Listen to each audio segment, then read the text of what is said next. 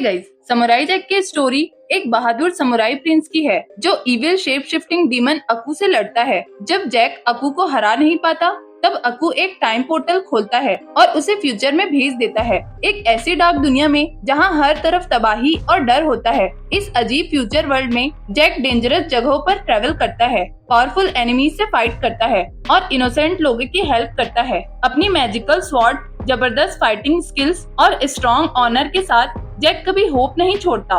उसका सिर्फ एक गोल होता है, पास में वापस जाना, अकू को हराना और दुनिया में फिर से पीस लाना। लेकिन समुराई जैक के लेजेंड शुरू होने से पहले एक ऐसा किंग था जिसका नाम सुनकर बड़े बड़े वॉरियर्स भी डर जाते थे। ये स्टोरी है जैक के फादर की, एक फियरलेस एम्परर जिसने उस टाइम एंशिएंट इविल अकू का सामना किया जब दुनिया डिस्ट्रक्शन के एज पर थी। गॉड से ब्लेस्ड एक डिवाइन स्वॉर्ड लेकर उसने इम्पॉसिबल बैटल्स लड़ी, अलग अलग किंगडम्स को यूनाइट किया और ह्यूमैनिटी को अंधेरे से बचाया।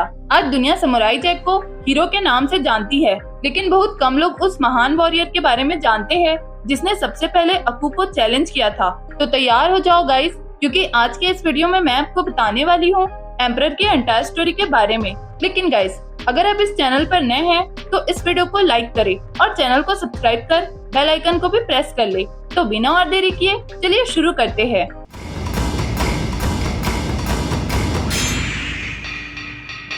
तो गाइस, समुराई जैक के फादर एक फियरलेस समुराई लॉर्ड थे जो हमेशा अपनी प्रजा की रक्षा के लिए डेडिकेट थे। एम्परर जापान के एक बहुत बड़े एरिया पर राज करते थे, लेकिन उसने अपनी जमीन पर एक अजीब सी तबाही देखी जो शुरू में ब्लैक स्पाइक्स के जंगल जैसी लग रही थी।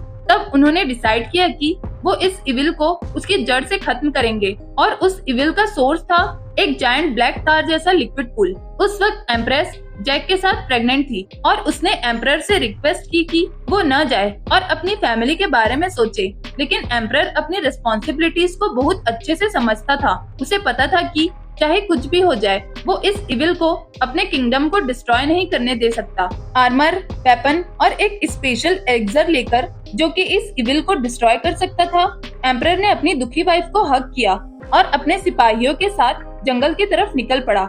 रास्ते में उसने अपने कई सोल्जर खो दिए, लेकिन फिर भी वो हिम्मत नहीं हारा और फाइनली इविल के सोर्स तक पहुंच गया। जब एम्परर ने उस ब्लैक पुल को अपने सामने धीरे धीरे एक्सपेंड होते देखा, तब उसने एलिक्सर निकाला। एक मैजिकल चैंट बोलते हुए उसने अपने एरो की टिप को एलिक्सर में डिप किया और एरो को स्काई की तरफ फायर कर दिया। एरो सूरज की हीट से जलने लगा और सीधा जाकर पुल के सेंटर में गिरा। शुरू में लगा कि प्लान काम कर रहा है क्योंकि ब्लैक स्पाइक्स वापस पुल में जाने लगे, लेकिन फिर एम्परर शॉक में आ गया। पुल डिस्ट्रॉय होने के बजाय जिंदा होने लगा था। एक मैसिव स्पाइक पुल से बाहर निकला और रैपिडली म्यूटेट होकर एक जायंट मॉन्स्टर बन गया।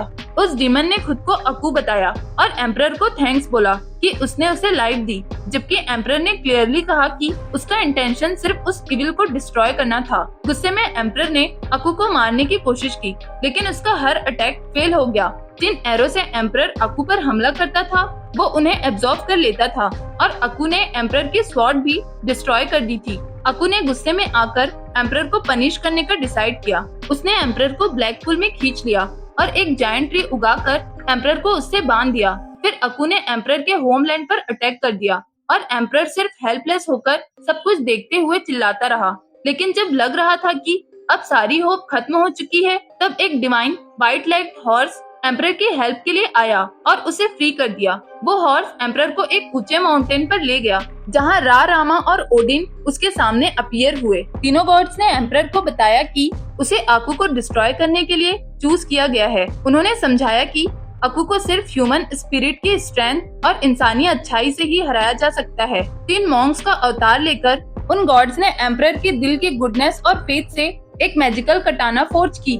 नए सिल्वर आर्मर और इंचेंटेड स्वॉर्ड के साथ एम्परर एक मिस्टिकल क्लाउड पर राइड करते हुए अपने किंगडम वापस आया ताकि अकू से फाइट करके अपनी प्रजा को बचा सके। मैजिकल कटाना की पावर से एम्परर ने अकू और उसके बहुत से फॉर्म्स और डुप्लीकेट आर्मी के खिलाफ एक फियर्स बैटल लड़ी, लेकिन एम्परर ने बिना रुके अकू की आर्मी को एक एक करके खत्म कर दिया। आखिर में सिर्फ एक अकू बच गया। जब अकू भागने की कोशिश कर रहा था तब एम्परर ने अपनी कटाना उसकी तरफ थ्रो की और उसे स्वॉर्ड के अंदर ट्रैप कर दिया। लेकिन जैसे ही एम्परर ने स्वॉर्ड को जमीन में गाड़ दिया, अकू ने कसम लिया कि वो वापस आएगा और उस जमीन से एक ह्यूज डिमोनिक ट्री इरप्ट हो गया। एम्परर को पता था कि अकू एक ना एक दिन जरूर वापस आएगा और उसके लिए पहले से ही प्लान रेडी होना बहुत जरूरी था। इसी वजह से उस वाइस एम्परर ने दुनिया के बाकी रूलर्स को इकट्ठा किया और उन्हें उस टेरिफाइंग शेप शिफ्टिंग डिमन अकू और मैजिकल कटाना के बारे में सब कुछ बताया। एम्परर ने सबको क्लियरली समझा दिया था कि अगर फ्यूचर में वो अकू को रोकने में फेल हो गया तो बाकी लीडर्स की रिस्पॉन्सिबिलिटी होगी कि वो अपने बेस्ट वॉरियर्स और टीचर को भेजे ताकि एम्परर के बेटे को मेंटली, फिजिकली और स्पिरिचुअली ट्रेन किया जा सके, क्योंकि वही फ्यूचर में अकू को हमेशा के लिए डिफीट करेगा। जब जैक अभी एक यंग प्रिंस था तब एम्परर ने उसे अकू और उन दोनों के बीच हुई डेंजरस बैटल के बारे में बताया था। लेकिन फिर वो दिन आ ही गया जिसका एम्परर को सबसे ज्यादा डर था। अकू अपनी प्रिजन से आजाद हो गया और दोबारा एम्परर के किंगडम पर अटैक कर दिया। एम्परर ने पूरी कोशिश की मैजिकल स्वॉर्ड तक पहुंचने की, लेकिन अकू ने उसे कैप्चर कर लिया। लेकिन कैप्चर होने से पहले एम्परर ने एम्प्रेस को इंस्ट्रक्शन दे दी कि वो उनका प्लान कंप्लीट करे, एक ऐसा प्लान जो उनके बेटे को नेक्स्ट हीरो बनाएगा और फ्यूचर में अकू को हरा देगा। कई सालों की हार्ड ट्रेनिंग के बाद जैक वापस आया और उसने अपने फादर को देखा। अब वो ओल्ड और वीक हो चुके थे और उनकी कंडीशन एक स्लेव जैसी बन गई थी। जैक ने बहुत आसानी से अकू के मिनियंस को डिफीट किया और अपने फादर को फ्री करा लिया। उसके बाद उसने प्रॉमिस किया कि वो स्वॉर्ड की पावर से अकू को जरूर हराएगा। तब एम्परर ने अपने बेटे को एक बहुत इम्पोर्टेंट बात समझाई। उन्होंने कहा कि स्वॉर्ड सिर्फ एक टूल है, असली पावर उस इंसान के अंदर होती है जो उस स्वॉर्ड को यूज करता है। वाइस एम्परर ने जैक को वार्निंग भी दी कि वो सिर्फ आंखों से देखी हुई चीजों पर भरोसा ना करे, बल्कि अपने अंदर जो फील करता है उस पर ट्रस्ट करे। लेकिन याद रखना, ये इविल ह्यूमन वर्ल्ड का नहीं है। इसके पास ऐसी मैजिक है जो किसी की भी समझ से बाहर है। जब अकू ने जैक को ट्रिक करके फ्यूचर में भेज दिया, उसके कुछ टाइम बाद एम्परर और एम्प्रेस दोनों की डेथ हो गई। लेकिन उनकी स्पिरिट वर्ल्ड से भी जैक पर नजर रखती रही और वो ये देखकर बहुत खुश थे कि उनका बेटा कितना ऑनरेबल और स्ट्रॉन्ग इंसान बन चुका था। मुझे पता है कि एम्परर का स्क्रीन टाइम बहुत लिमिटेड था और ऑनेस्टली मैं भी चाहती थी कि हमें उनका कैरेक्टर्स और ज्यादा देखने को मिलता, लेकिन जितना भी टाइम उन्हें सीरीज में मिला उसमें उन्होंने व्यूअर्स पर स्ट्रॉन्ग इम्पैक्ट छोड़ा। और मुझे लगता है कि ये कहना बिल्कुल फेयर होगा कि एम्परर की पर्सनालिटी कई वेज में जैक से मिलती जुलती थी, ऑब्वियसली कुछ डिफरेंस के साथ। मेरा मतलब ये है कि दोनों ही वाइस थे, लेकिन यंग जैक की इनोसेंस एम्परर के रियलिज्म से काफी अलग थी। एम्परर एक एक्सपीरियंस्ड रूलर था, इसलिए उनका दुनिया को देखने का नजरिया ज्यादा प्रैक्टिकल और मैच्योर था। इस बात में भी कोई डाउट नहीं है कि एम्परर बहुत फॉरसाइटेड थे। कई सब्जेक्ट्स पर उनकी अंडरस्टैंडिंग और पर्सपेक्टिव जैक से काफी ब्रॉड थी, स्पेशली जैक के अर्ली समुराई ईयर्स में। जैसे ही एम्परर ने अकू को पहली बार डिफीट किया, उसकी सबसे बड़ी कंसर्न ये थी कि अगर अकू फ्यूचर में वापस आया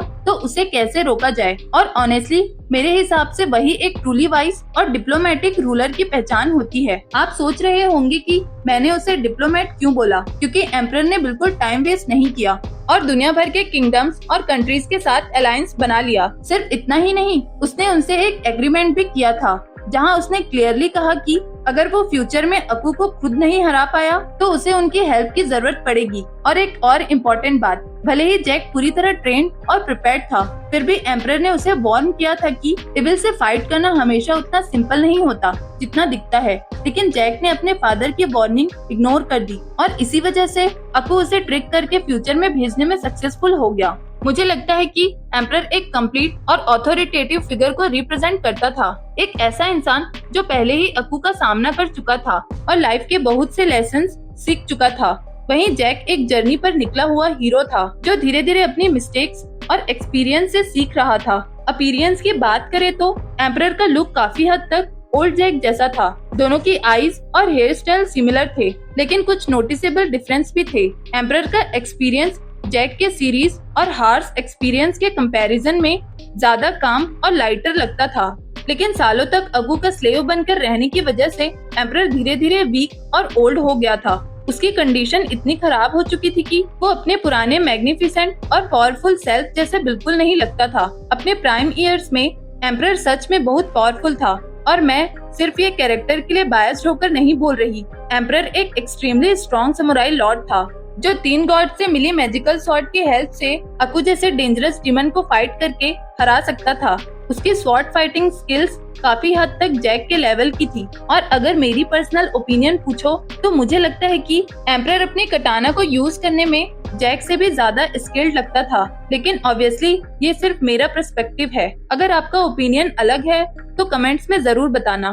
तो गाइस, ये थी द एम्परर की एंटायर स्टोरी। तो इसी के साथ इस वीडियो को यहीं खत्म करते हैं। अगर आपको ये वीडियो अच्छी लगी हो तो इस वीडियो को लाइक करना और चैनल को सब्सक्राइब कर बेल आइकन को भी प्रेस कर लेना। मिलती हूँ मैं आपसे नेक्स्ट वीडियो में, तब तक के लिए bye bye and take care.